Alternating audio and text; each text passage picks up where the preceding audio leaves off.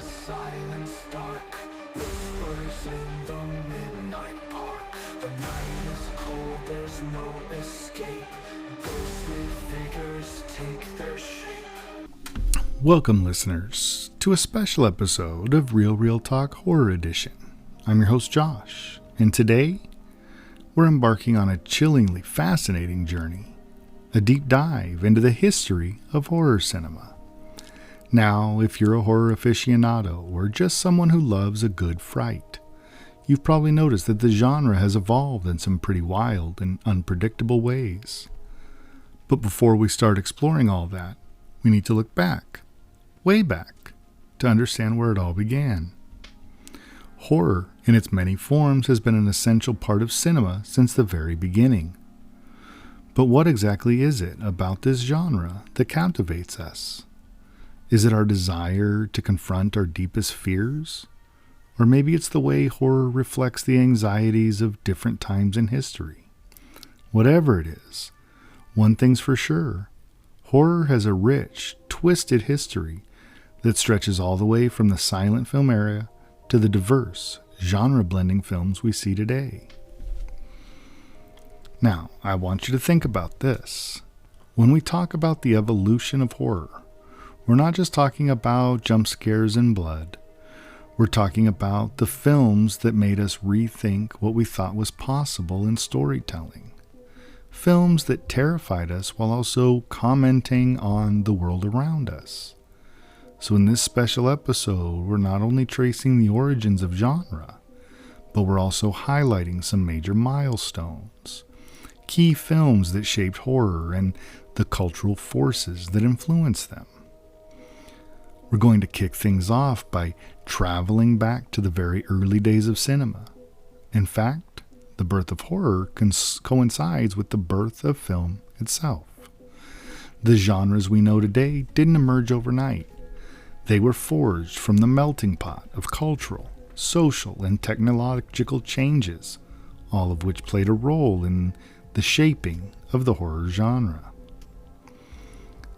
One of the things that makes horror so powerful is its ability to tap into something deep within us.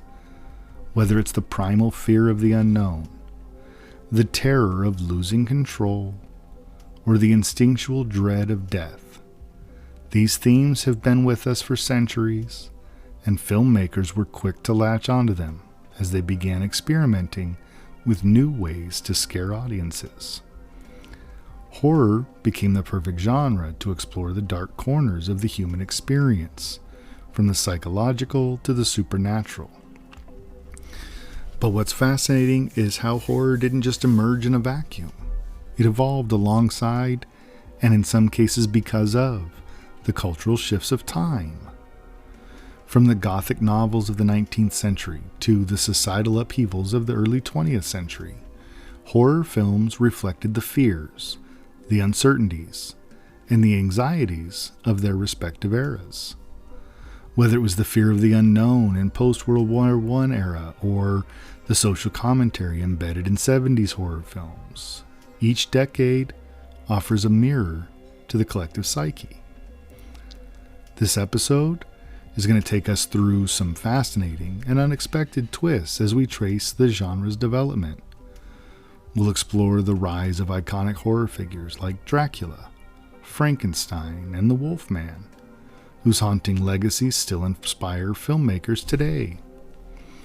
We'll also dive into the birth of psychological horror, supernatural horror, and the slasher film, each genre marking a major turning point in how audiences engage with fear.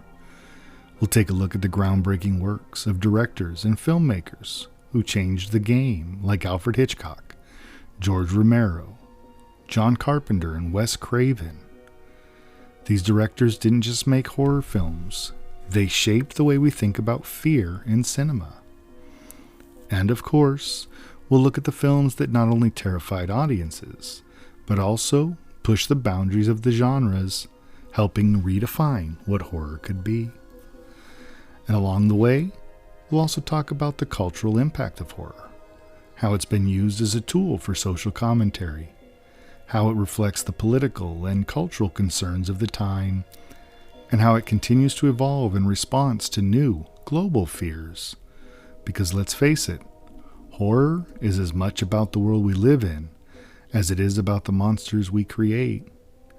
But more than just talking about the evolution of horror, I want this episode to help you understand why horror films, whether low-budget classics or high-budget blockbusters, continue to captivate audiences. They're more than just a good scare. They're an exploration of the human condition, a place where we can confront our most primal fears in a safe, controlled environment. Now, I know this journey is going to be a bit of a roller coaster, so buckle up as we take you through the spine-chilling, mind-bending history of horror cinema. We'll cover everything from the rise of early cinematic monsters to the birth of the modern slasher film to the international horrors that have expanded the genre in fascinating ways. This is an episode packed with history, insights, and of course plenty of thrills and chills.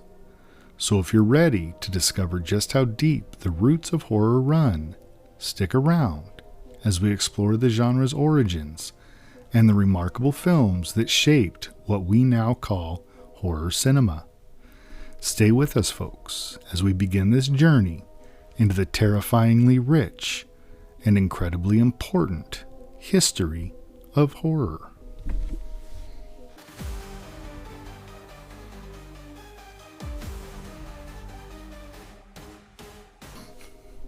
All right, well, let's start at the very beginning, where it all began, the birth of horror in cinema. When you think of horror, what probably comes to mind are those iconic creatures, vampires, werewolves, ghosts, and monsters. But these stories aren't just something that filmmakers invented in the 20th century. No, horror as a genre has its roots that stretch deep into history. Ancient folklore, literature, and mythology are all full of terrifying tales that have been passed down through generations. Whether it was the ghosts of ancient civilizations or the monsters lurking in the shadows of medieval Europe, the concept of horror has always been with us. In fact, some of the most influential horror stories come from the great writers of the 19th century. Figures like Mary Shelley, whose Frankenstein in 1818 introduced us to the tragic and terrifying tale of Dr. Frankenstein and his creation. Then there's Bram Stoker's Dracula in 1897, which gave us the legendary Count Dracula, the vampire who would haunt audiences for generations. And these two novels alone helped to shape the foundational elements of horror that would later be explored on screen. But it wasn't until the early 20th century, with the advent of cinema, that these macabre tales found their true visual expression. And it's in the silent film era that we see horror cinema begin to take its first bold steps into the limelight. One of the earliest examples of horror in cinema comes from 1920's The Cabinet of Dr. Caligari, directed by Robert Vine, which we just covered a few episodes back. This German expressionist masterpiece is often considered the first true horror film. Now, Caligari is famous for a lot of reasons, but what really makes it stand out is its visual style. The film's sets are distorted, jagged and angular walls, tilted doors, and twisted landscapes all add to the nightmarish atmosphere of the film. These distorted elements weren't just for shock value. They reflect the inner turmoil and the madness of the characters and the events unfolding on screen. In fact, Caligari is a film that plays with perception itself, making us question what's real and what's not. And that theme, the blurring of reality and illusion, is something that would haunt the horror genre for years to come, even in films today. The story of Caligari revolves around a mad doctor, the Dr. Caligari, who uses a sleepwalking man named Cesare to carry out murders. The film taps into the fear of control, manipulation, and the dangers of unchecked authority. It's a film about madness, both external and internal, and it set the tone for much of the psychological horror that would follow. But then, just a couple of years later, another film arrived that would change the course of horror cinema forever. F.W. Murnau's 1922 classic, recently remade that spurred this conversation, Nosferatu. Now, Nosferatu is often considered one of the most influential horror films of all time, and for good reason. The story of Count Orlok, a vampire who travels from Transylvania to Germany to spread his undead curse, was a clear adaptation of Dracula. Though Murnau's film had to change the names to avoid legal trouble, but what makes Nosferatu truly legendary is the portrayal of its vampire, Count Orlok, played by actor Max Schreck. Schreck's performance is absolutely chilling. Orlok is not the suave, charismatic vampire we're used to in modern interpretations. No, Orlok is gaunt, grotesque, and otherworldly, with rat-like features and an unnatural gait. This eerie, almost inhuman appearance made Orlok one of the most terrifying characters ever put on film. The imagery of Orlok's long, claw-like fingers and his looming shadow is still recognizable with audiences today. And that's because Nosferatu wasn't just about a vampire. It was about the fear of the unknown. Orlok isn't just a supernatural threat. He's a symbol of death itself, silent, inevitable, and unstoppable. It's a film that taps into the existential fear of mortality, a fear of something beyond our understanding. And it's in films like Nosferatu that we start to see the foundations for what we would call psychological horror, a genre that explores our deepest, most primal fears. But we can't talk about the early years of horror without mentioning the Universal monsters. In the early 30s, Universal Studios became the home of some of the most iconic characters in horror history. Frankenstein in 1931, Dracula that same year, The Mummy in 1932, and The Invisible Man in 1933. These films all marked a golden age for horror and solidified the genre as a permanent fixture in American cinema. The Frankenstein film, directed by James Whale, brought Mary Shelley's tragic monster to life in a way that was both horrifying but deeply human.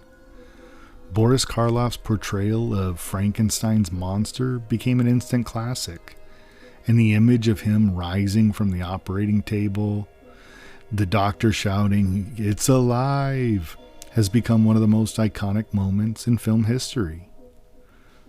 But what makes Frankenstein so important is not just the monster's terrifying experience, but the film's exploration of themes like isolation, the consequence of playing God, and the inherent dangers of unchecked ambition.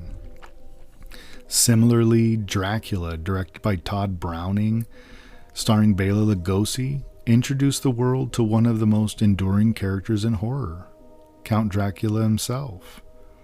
Lugosi's performance as the charismatic yet menacing vampire established Dracula as the quintessential horror icon.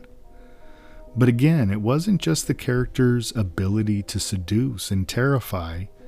Dracula is about a deeper fear, the fear of the foreign and the unknown. The idea of a supernatural being invading the safety and order of everyday life was a theme that would resonate throughout the genre and influence countless films that followed. The Universal monsters weren't just monsters, they were complex characters who represented the dark side of humanity. Frankenstein's monster, Count Dracula, the Mummy, and the Invisible Man all had tragic backstories that made them relatable, even sympathetic in some cases. These were creatures who were either misunderstood or cursed by forces beyond their control. And I think that's what made them so compelling. These monsters weren't just evil, they were victims of their circumstances. And this blend of horror, humanity, and sympathy really set the stage for so many of the films that would follow. The Universal Monsters legacy endures today, from remakes to reboots to their continued influence on filmmakers. These early horror films didn't just entertain, they made us think, and they explored themes that are still relevant today. The rise of the Universal Monsters solidified horror as a serious genre in Hollywood, one that could tackle big questions about life, death, and everything in between. And so it's in this early period, the 1920s through the 1930s, that horror truly found its cinematic voice. From the films we discussed, The Cabinet of Dr. Caligari, Nosferatu, to Frankenstein and Dracula, they shaped the visual and thematic language of horror. They laid the groundwork for everything that followed, creating a genre that would continue to evolve, adapt, and terrorize audiences for generations to come. So as we move forward in this episode, remember that what we now call horror didn't come out of nowhere. It was carefully crafted by early filmmakers who used cinema to explore the darkest parts of the human psyche. And they did so with a visual flair that set the tone for generations of filmmakers to come. This was just the beginning of a genre that would only grow darker, more complex, and more diverse with each passing decade.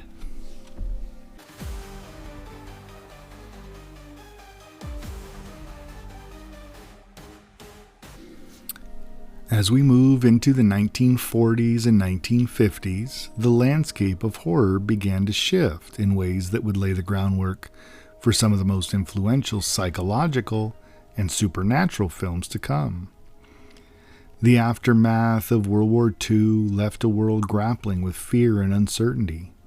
The scars of war, the shadow of the atomic bomb, and the growing tension of the Cold War created a cultural atmosphere steeped in anxiety.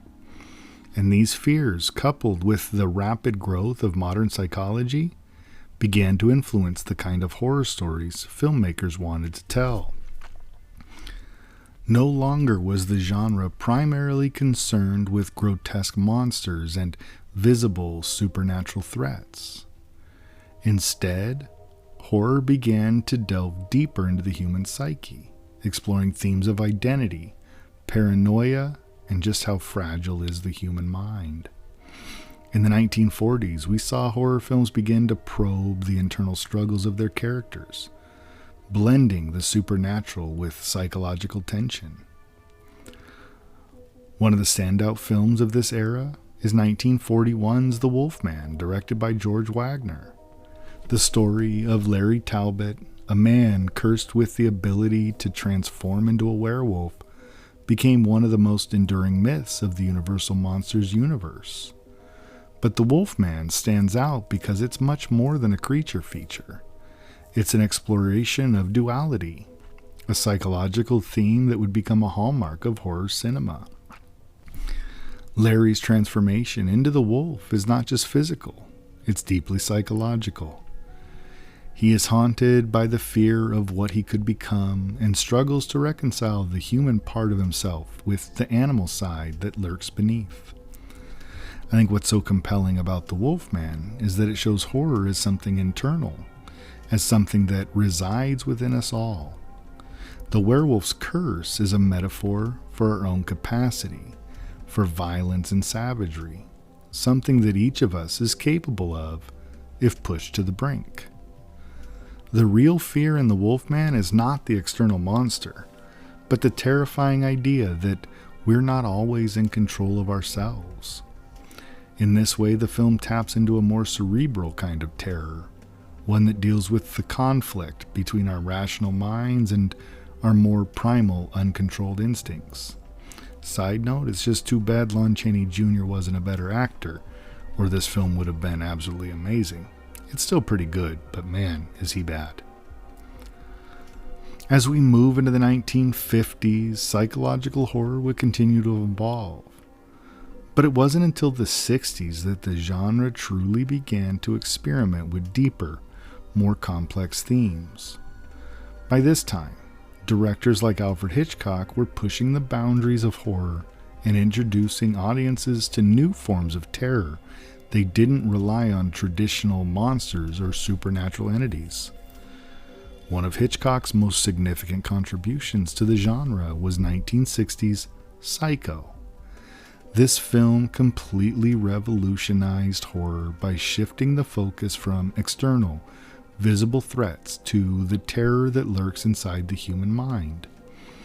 The character of Norman Bates, played by Anthony Perkins, is one of the earliest, most iconic depictions of psychological horror. Bates suffers from a split personality, one believing himself to be his mother, and his gradual descent into madness creates an intense, horrifying portrait of mental instability. And what Psycho does so effectively is make us question our own perceptions of normalcy and morality. Norman Bates is both victim and villain, a man struggling with forces beyond his control. The real horror in Psycho comes not from a monster, but from the idea that a person's mind can betray them, that anyone, even the seemingly normal or the seemingly sane, could harbor dark secrets. The sense of helplessness and confusion that we feel throughout the film is a direct reflection of the growing cultural fear of mental illness and the fragility of the human mind. Hitchcock's influence didn't stop with Psycho. In 1963, he released The Birds, another psychological horror masterpiece. This time, Hitchcock takes a seemingly benign element of nature, the birds, and turns it into a source of terror. What's fascinating about The Birds is that there is no clear explanation for why the birds are attacking. There is no villain to confront or supernatural force to battle.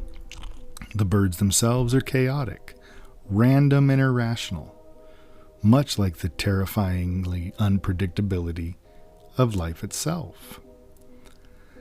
In The Birds, Hitchcock delves into an existential fear, one that suggests that horror is not always about encountering a monster, but about facing the unknown and uncontrollable forces that exist in the world.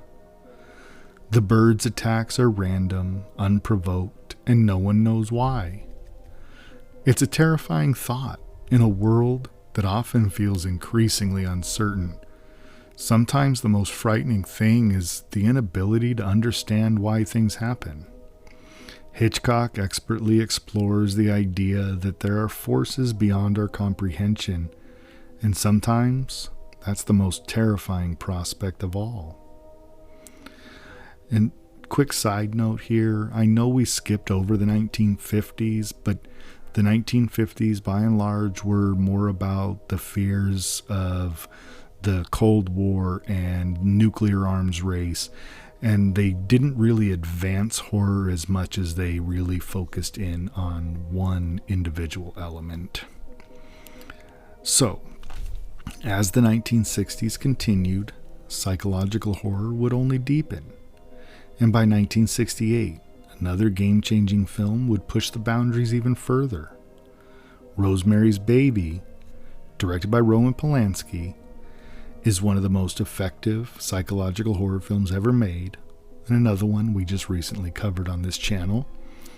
The film focuses on Rosemary, a young woman who becomes pregnant and begins to suspect that her husband and her neighbors are part of a satanic cult planning to use her baby for dark rituals.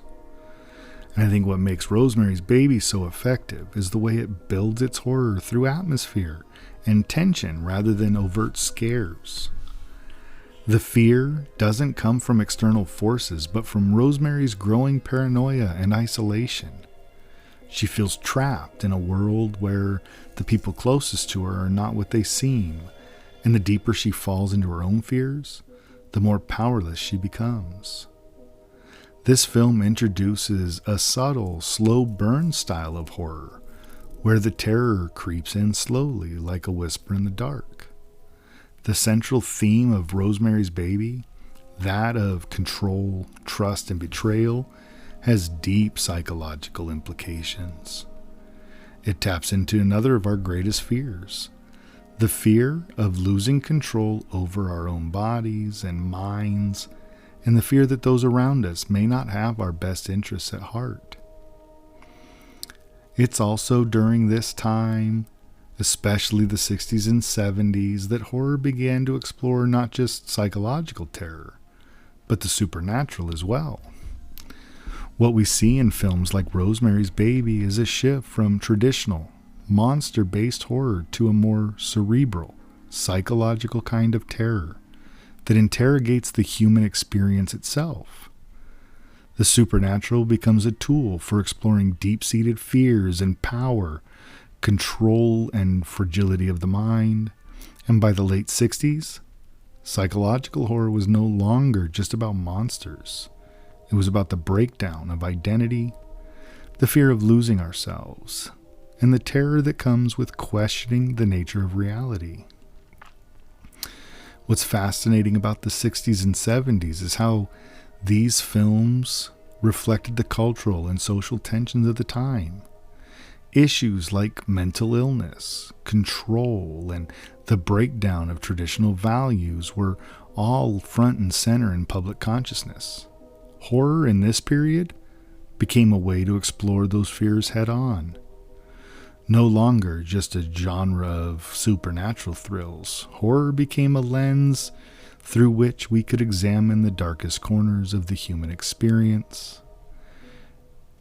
So the 40s, the 50s, and the 60s were all crucial years in the development of psychological and supernatural horror. These films didn't just entertain, they reflected a shifting cultural landscape, one filled with existential uncertainty, the fear of losing control, and the terror of the unknown.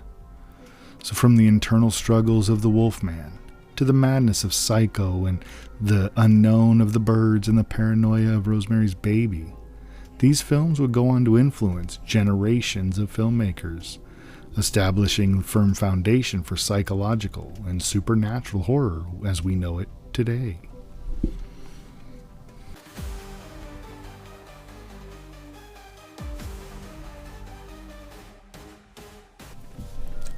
By the 70s and the 80s, horror cinema began to experience a dramatic transformation, signaling a shift toward what we now recognize as the slasher subgenre.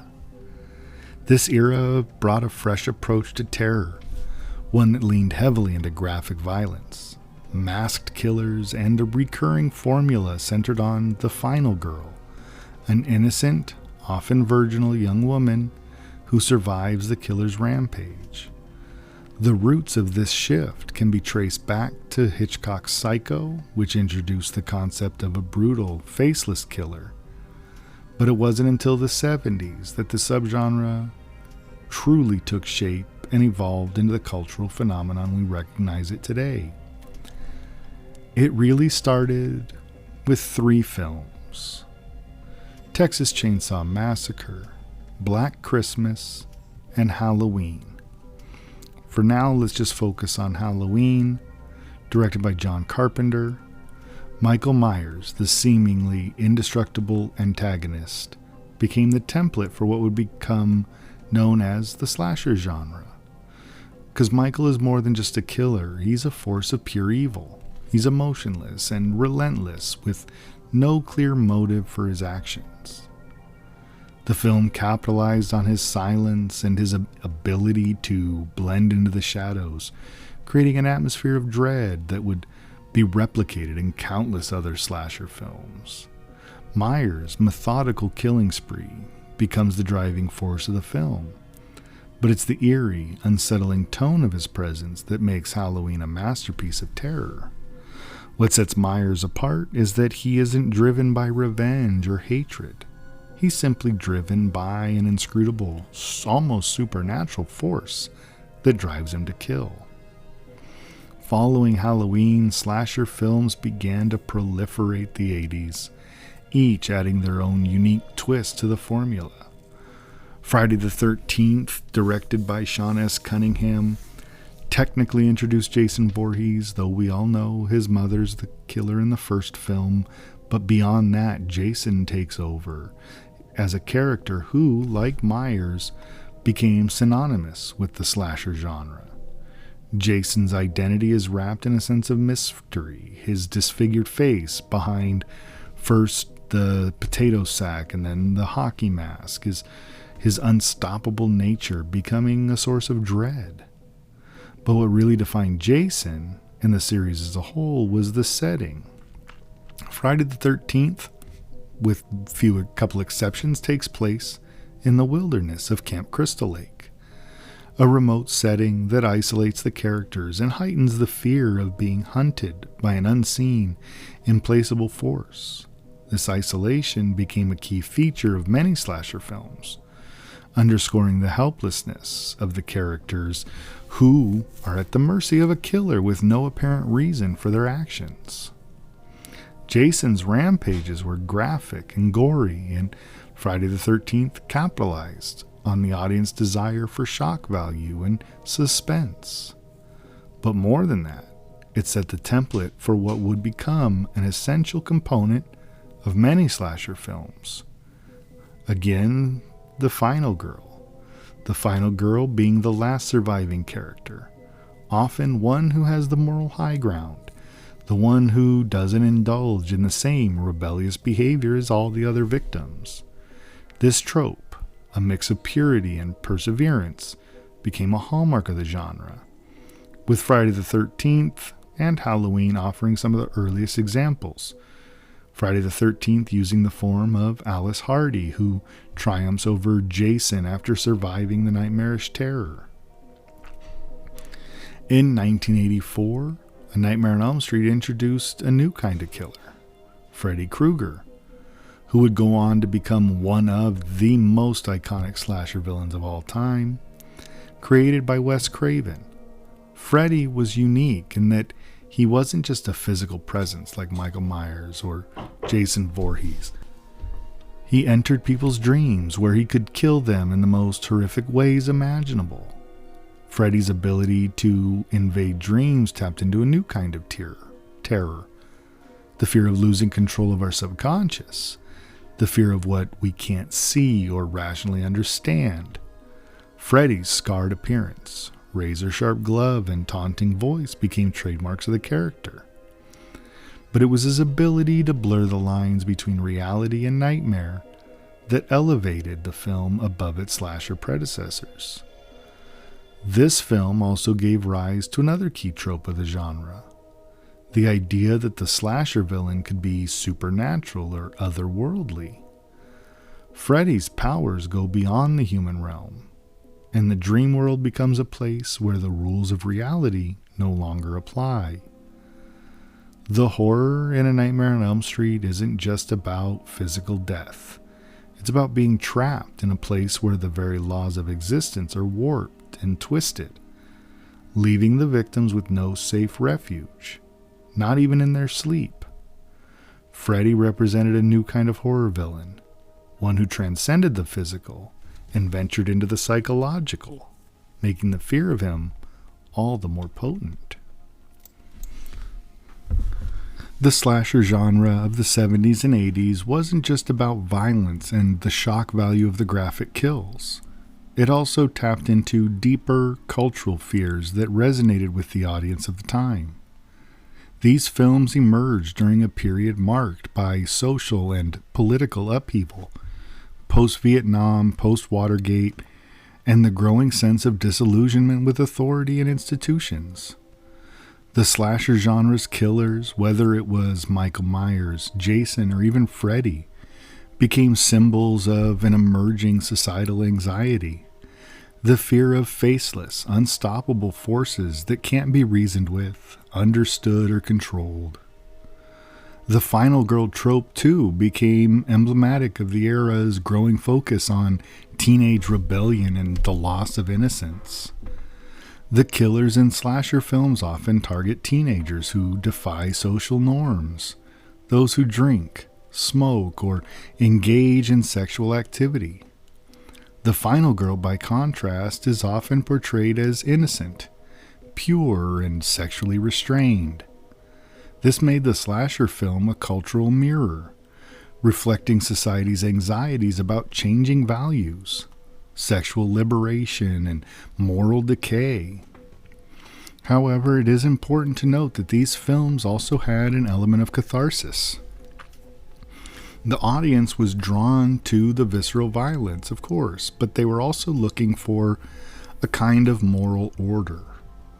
The final girl's triumph over the killer became a symbol of resilience and strength, especially in a time when the world seemed to be rapidly changing in unpredictable and sometimes unsettling ways. And at the same time that the slasher subgenre was flourishing, the 70s and the 80s also marked what many consider the horror renaissance, a period of filmmaking that redefined the genre and expanded the boundaries of what horror could be. The period brought a host of disturbing, thought-provoking films that really shocked audiences, not just with gore, but with their intense social commentary and complex psychological themes. One of the most significant horror films of this renaissance was the Texas Chain Saw Massacre in 1974. Directed by Tobe Hooper, the film's bleak, oppressive atmosphere, along with its violence, made it one of the most disturbing and influential horror films of all time. But what really set it apart was its focus on the breakdown of social norms and the grotesque. The cannibalistic family at the center of the film, especially Leatherface, represented this grotesque distortion of American values. They were a reflection of the societal decay and alienation that was beginning to be felt in the wake of the 60s and the 70s social revolutions. In the year prior, in 1973, William Friedkin's The Exorcist similarly shocked audiences with its visceral depiction of possession. But it also tackled deeper fears of faith, childhood trauma, and the fear of the unknown. The film's portrayal of the young girl Reagan being overtaken by Mr. Howdy, a demonic force, was terrifying, not just for its supernatural elements, but because it also spoke to just how fragile our innocence is and the terror of losing control of one's own body. The fear of a child being corrupted or destroyed, whether by demonic forces or by societal pressure, resonated deeply especially with audiences at the time. And then the year after Chainsaw, in 1975, there was Jaws, directed by Steven Spielberg. While I know it's not traditionally classified as a horror film, its depiction of a monstrous shark terrorizing a small beach town played on primal fears of the ocean, of the unknown, and what lurks beneath the surface. And the film's success helped cement the idea that horror could be mainstream, commercially viable genre, while also tapping into fears about nature's unpredictable and uncontrollable forces. Together, these films from the 70s and 80s represent a shift in horror, a shift that went beyond the traditional monster movie and slashers to explore darker, more complex themes.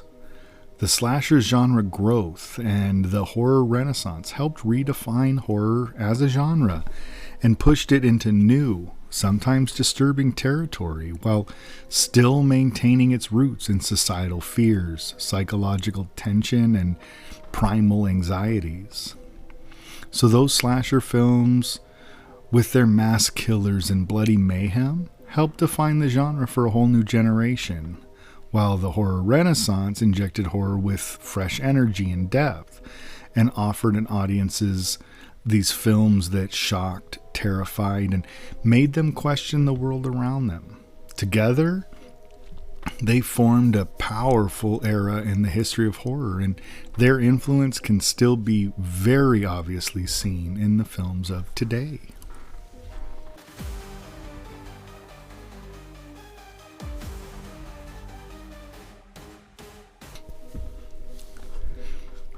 Now, as we entered the 1990s and beyond, the horror genre experienced yet another seismic shift.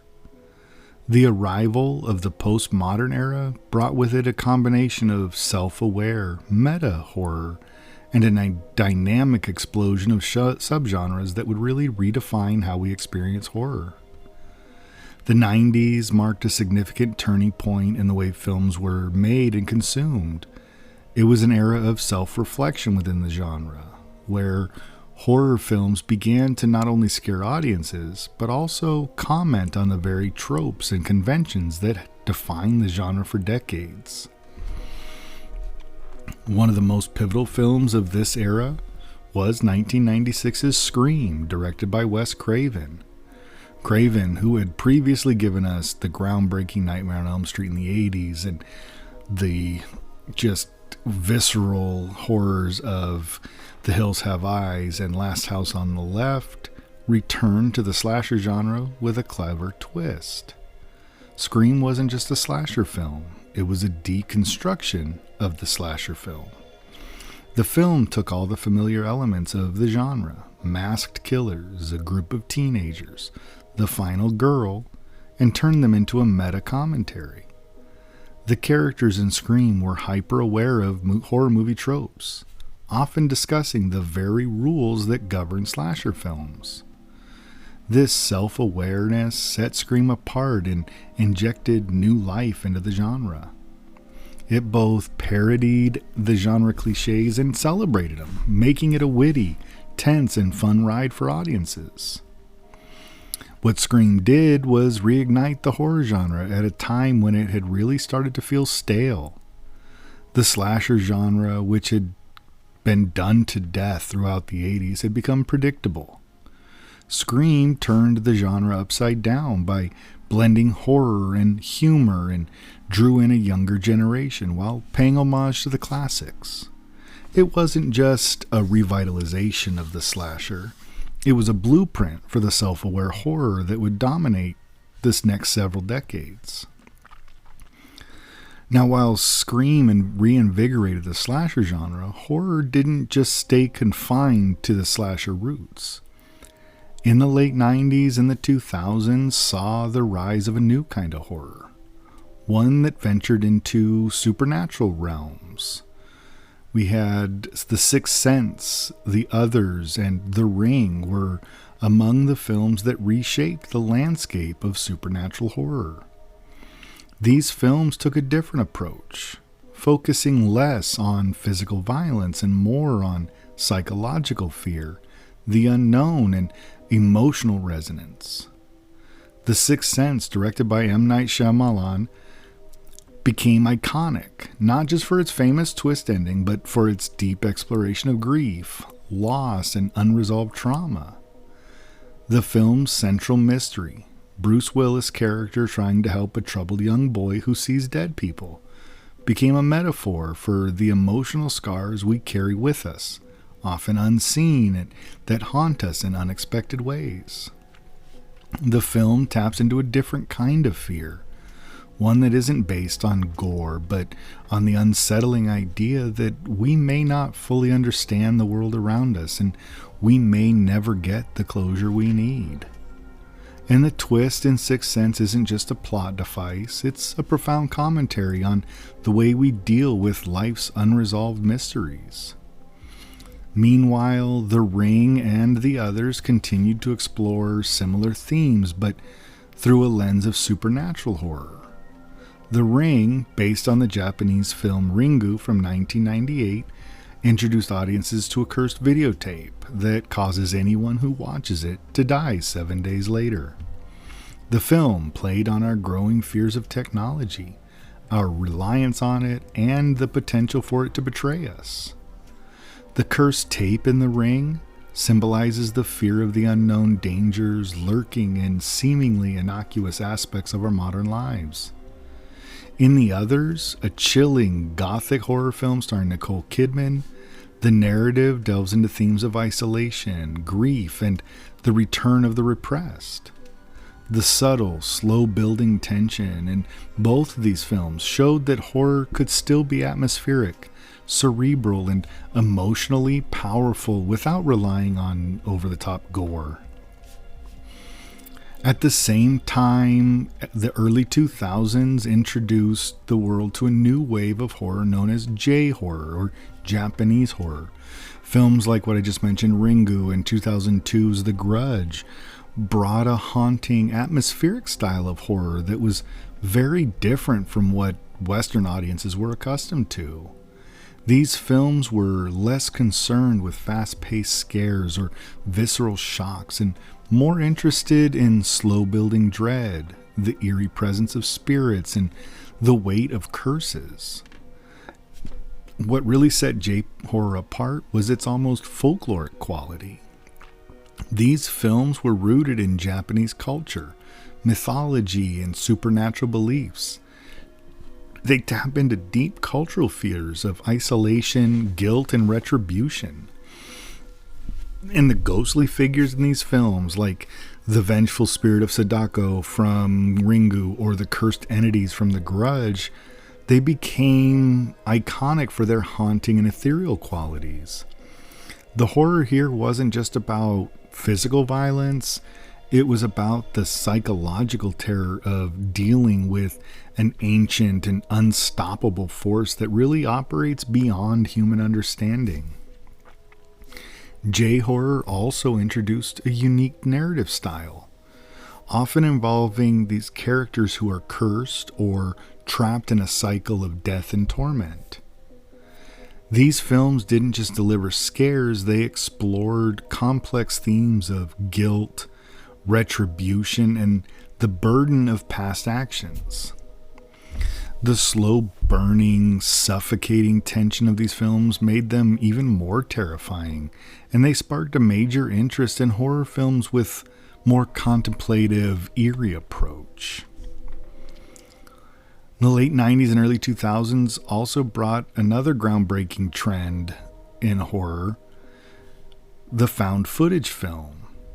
Found footage, it had been around. Cannibal Holocaust in 1980 really kind of pushed that realm, but it was popularized the most in 1999 by the Blair Witch Project, and it really introduced to the masses a whole new way to tell horror stories. It was shot with handheld cameras. These films gave the illusion that they were real. The raw footage captured by the characters themselves, the shaky, amateurish style, added a level of realism and an immediacy that made the scares feel more personal and grounded. The authenticity of found footage horror really combined with the unknown quality of the footage itself. It created a sense of dread that was both intimate and unsettling. And because of the success of the Blair Witch Project, it really led to an explosion of found footage type films, including a couple in 2007, Paranormal Activity and Wreck. These films really relied on the illusion that we were watching real events unfold, heightening the tension and making the supernatural elements feel more plausible. The approach made audiences feel as though they were voyeurs, watching real people being terrorized. And that sense of immersion was what made these films so effective. Found footage horror became a defining characteristic of the early 2000s, offering a fresh and low-budget, high-impact way to tell frightening stories. At the same time, though, another trend in modern horror started to emerge. That would prove incredibly divisive, the era of quote-unquote torture porn. And this term was coined to describe films like 2004's Saw and 2005's Hostel, which pushed the boundaries of the graphic violence and the physical suffering to an extreme. And these films focus not just on psychological horror of being trapped or hunted, but on the graphic, often grotesque depictions of pain and torture. While Saw and Hostel were polarizing films, their influence was absolutely undeniable. These movies, they represented a new form of horror, and one that didn't shy away from showing the suffering of the characters in explicit detail. They were designed to shock, disturb, and unsettle an audience, often featuring complex puzzles or scenarios where the characters were forced to make impossible choices. While some audiences were drawn to the sheer intensity of these films, others did criticize them for prioritizing shock value over substance. And simultaneously in the 2000s, the zombie genre underwent a remarkable resurgence that really hasn't stopped since. Thanks to films like 2002's 28 Days Later and 2004's Shaun of the Dead, the zombie genre was reinvented and reinvigorated. 28 Days Later redefined the zombie with its fast-moving creatures, turning the slow, lumbering undead into something more frightening and unpredictable. The film also used the zombie apocalypse as a metaphor for societal collapse, exploring themes of survival and human nature and the breakdown of order in the face of disaster. Shaun of the Dead, on the other hand, took a completely different approach, blending horror with humor in a way that had rarely been done before. And this unique take on the zombie genre became a beloved classic, showing that zombies could be used not just for scares, but for satire and comedic social commentary. In both of these films, the zombies were no longer just mindless monsters. They were symbols of our fear of the societal decay or the collapse of civilization and the inevitable march of death. The 90s and the 2000s were a transformative period for horror, with a proliferation of new subgenres and an explosion of creativity, from self-aware meta-horror of Scream to psychological terror of supernatural horror, and the slow burn dread of J-horror to raw, visceral power of found footage and torture porn. The landscape of modern horror became incredibly diverse. These shifts in the genre weren't just about adding new scares, they were about exploring deeper fears and pushing the boundaries of what horror could be. And with this explosion of subgenres, modern horror continued to evolve, influencing the films of today and really ensuring its place in the cultural zeitgeist for years to come.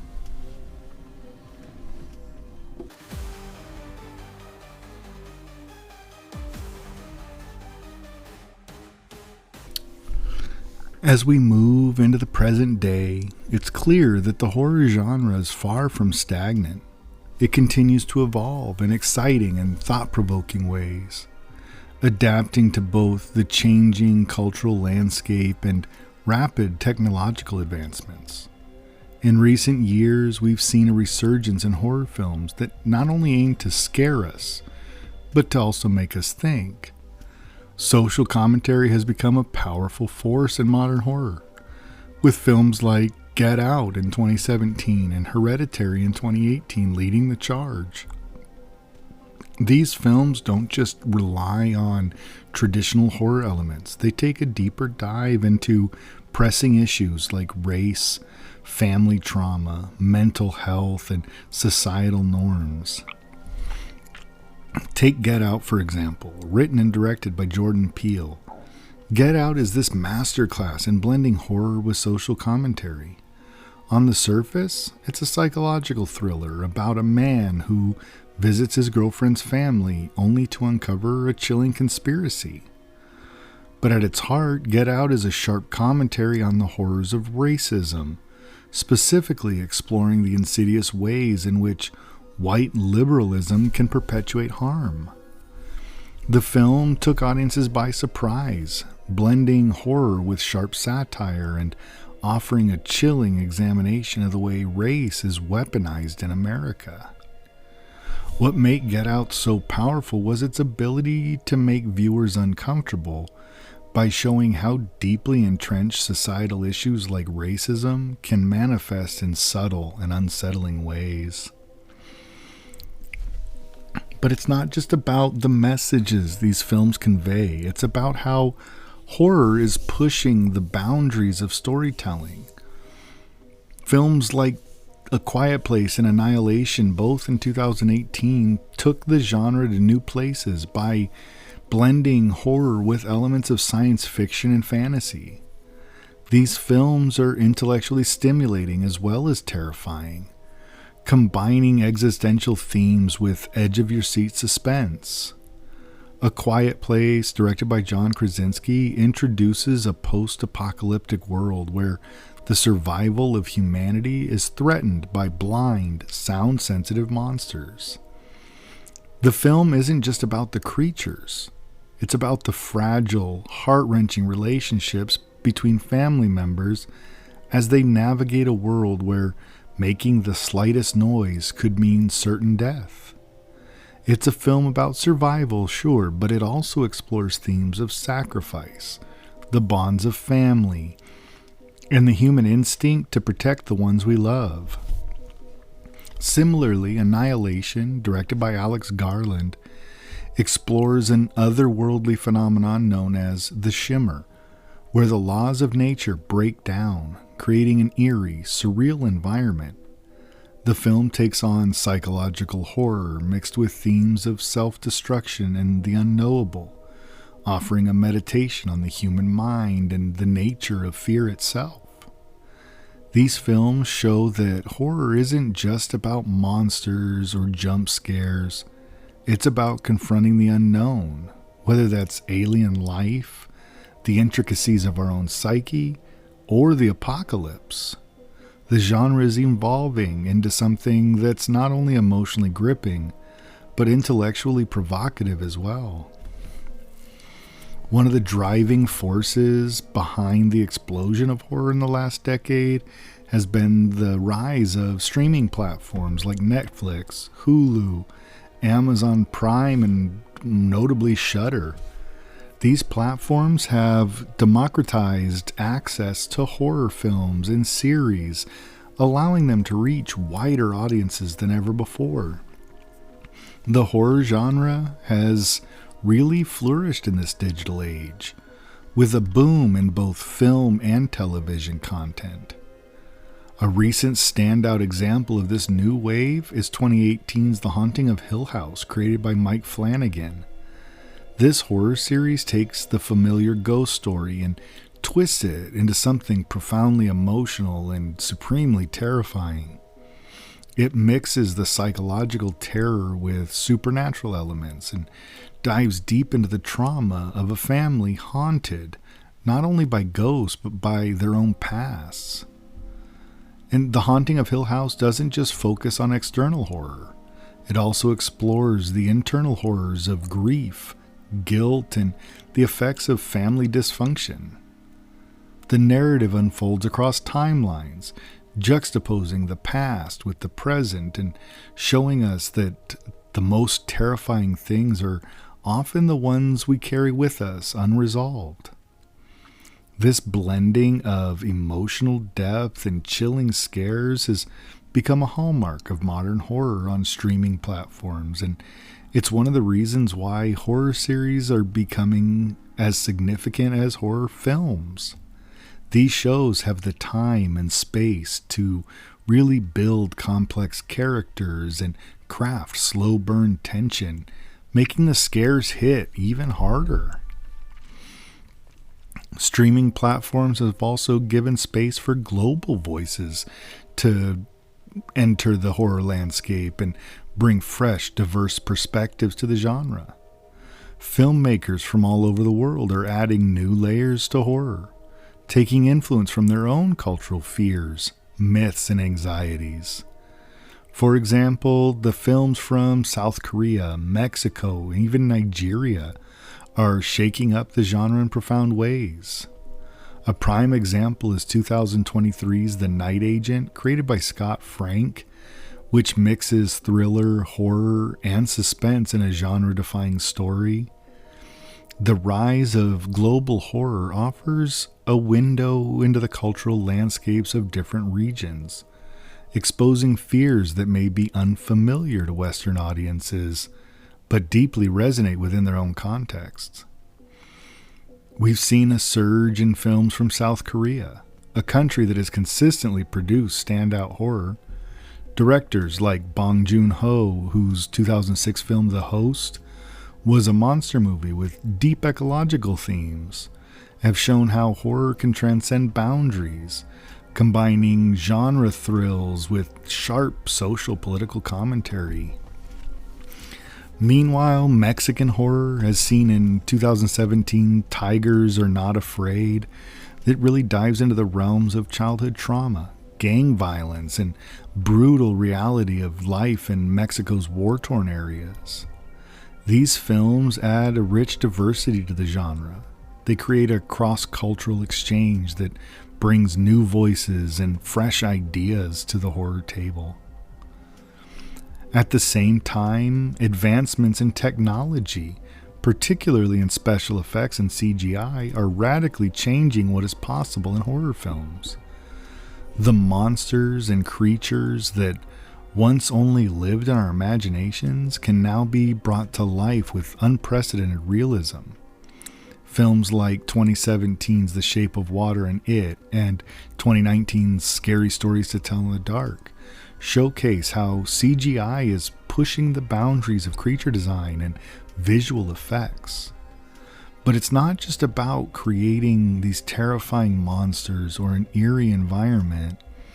Technology is also enhancing the ability to create immersive, disorienting experience that tap into new kinds of fear. Virtual reality is another frontier where horror is exploring new possibilities. VR horror experiences like The Walking Dead: Saints and Sinners allows players to step directly into a horrifying world, heightening this sense of fear and isolation. And as technology improves, we may see even more immersive ways to experience horror, making the genre feel more personal and visceral than ever before. The ability to manipulate time, space, and perspective within the VR medium opens up seemingly endless possibilities for horror creators, and it's likely that we'll see more innovations in this space in the coming years. Looking to the future, the possibilities for horror are truly limitless. As we continue to live in a world of rapid technological change, horror is already starting to explore the dark side of artificial intelligence and its potential to control our lives. We've already seen films like 2014's Ex Machina and 2019's I Am Mother dive into the unsettling idea that AI could one day surpass humanity's control, leading to a terrifying new era of dominance. The fear of losing control over technology and the unknown consequences of AI will likely be a central theme in a coming wave of horror films. Meanwhile, psychological horror continues to be a dominant force. As our understanding of the human mind deepens, horror will undoubtedly dive even further into the psychological and the existential realms. We're likely to see more films that challenge our understanding of reality, identity, and sanity, exploring the horror that lives within us. Horror is no longer just a reflection of societal fears. It's a powerful tool for exploring the unknown. It reflects our deepest anxieties about the world around us, the dangers that lurk in the future, and the darkness within ourselves.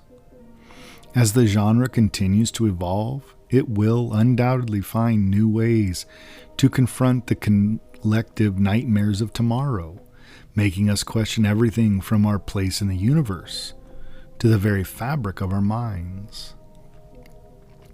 Horror has always been about tapping into the fear of the unknown And the future of the genre will likely continue to do so in increasingly creative, unsettling, and thought-provoking ways. Whether it's through the lens of new technologies, global storytelling, or psychological depth, horror will always have a way of keeping us on edge, showing us that the things that scare us most are often the ones we don't yet understand.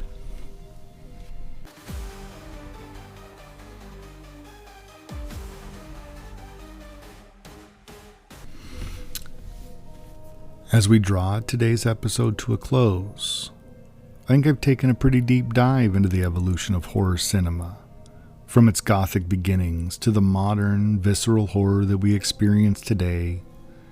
It's been a journey through time, exploring how horror has adapted and transformed over the decades, shaped by technological advances, cultural shifts, and changing audience expectations.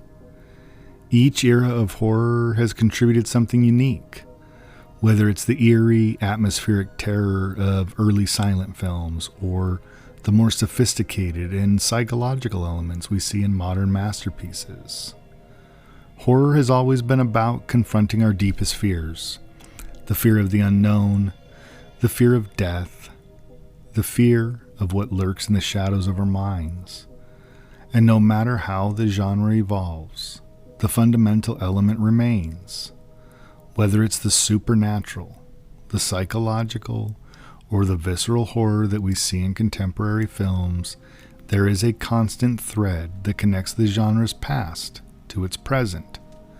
Horror isn't just about scares. It's about forcing us to confront what we don't understand, what we can't control, and sometimes even what we fear most about ourselves. And I think what's fascinating is that horror doesn't just reflect the anxieties of the time, it actively shapes them. Early horror films tapped into primal fears, monsters, death, the supernatural. But as society evolved, so too did the genre. In the 20th century, we saw horror films reflecting the fears and trauma of war, the breakdown of societal norms, and the growing uncertainty of a world in flux. Fast forward to today, and we see horror becoming even more intertwined with current social and cultural issues, from the exploration of racism in Get Out to the psychological terror of family trauma in Hereditary. These films aren't just scaring us, they're making us think, pushing us to reflect on the world around us and the darkness within it. In the past few decades, horror has continued to evolve in exciting, unexpected ways. We've seen the genre become more self-aware, more experimental, and more intellectual. Modern horror films mix genres, blending horror with science fiction, fantasy, and comedy, resulting in a more varied landscape than ever before. From A Quiet Place's emotional family-driven survival to Annihilation's existential horror set in a bizarre alien landscape, these films show that horror isn't limited to just one type of storytelling or one set of scares. The genre is limitless, and the future brighter than ever. The digital revolution, particularly the rise of streaming platforms, has also expanded the reach and the scope of horror. Where horror films once had to rely on big budgets and theatrical releases, they can be made now and consumed at a far more grassroots level. The democratization of film production means that new voices from across the globe can bring fresh perspectives to the genre. We've already seen this with the rise of international horror, from the chilling atmospheres of J-horror to the thought-provoking narratives of Korean and Mexican filmmakers. The influx of global talent has made the genre more diverse, adding depth and complexity that resonate with audiences on a worldwide scale. And the power of technology can't be overstated.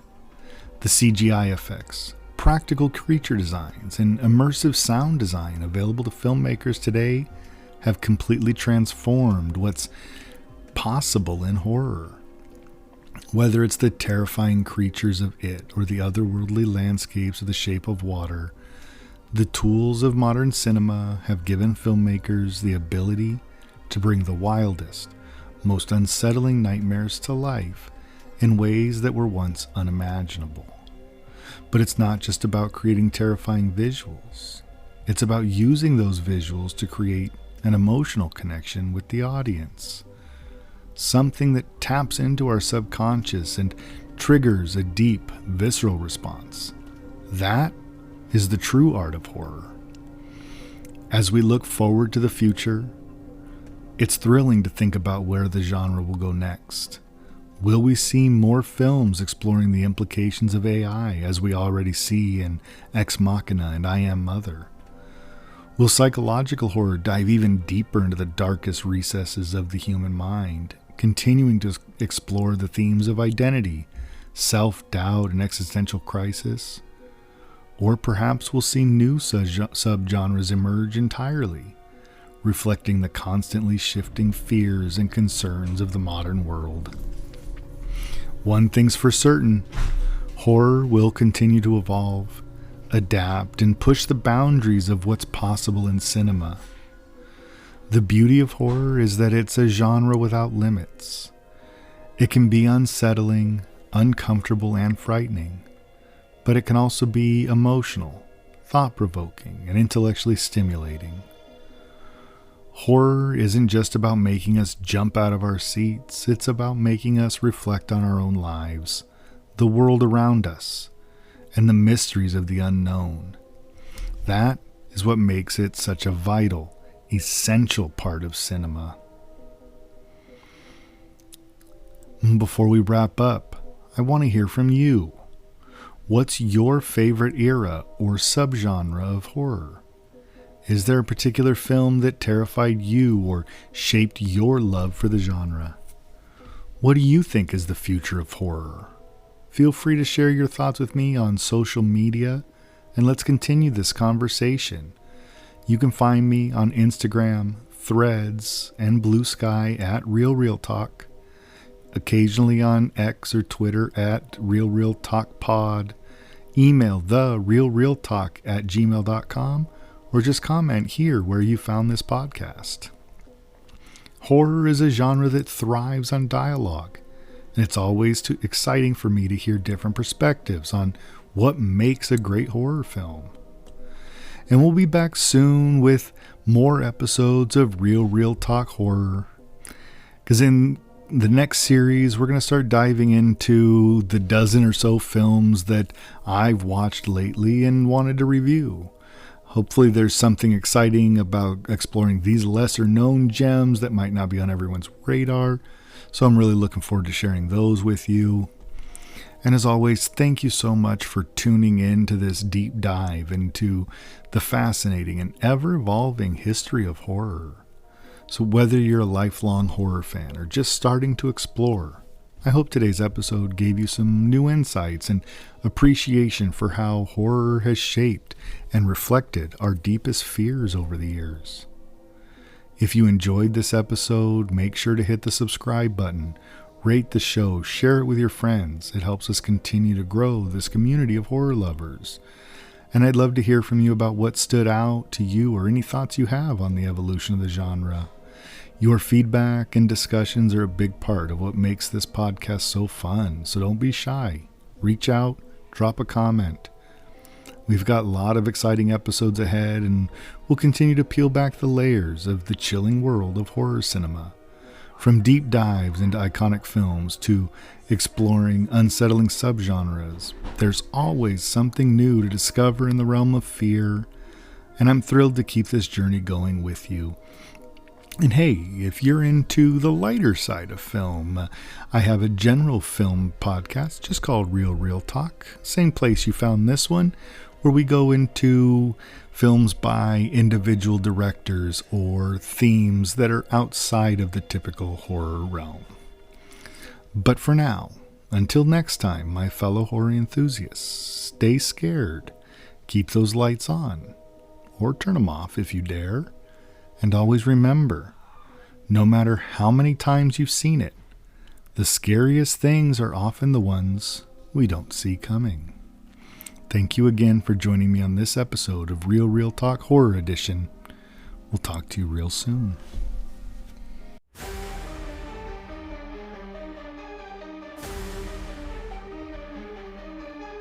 Creeping through the silence dark, whispers in the midnight park. The night is cold, there's no escape.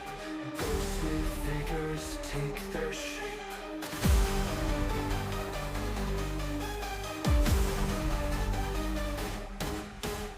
Others play a twisted game. Fear and terror stake their claim. Footsteps follow close behind. Haunting thoughts invade your mind. Run away, but they won't go. In the darkness, fear will grow. Midnight shadows come to play. In your dreams, they'll always stay.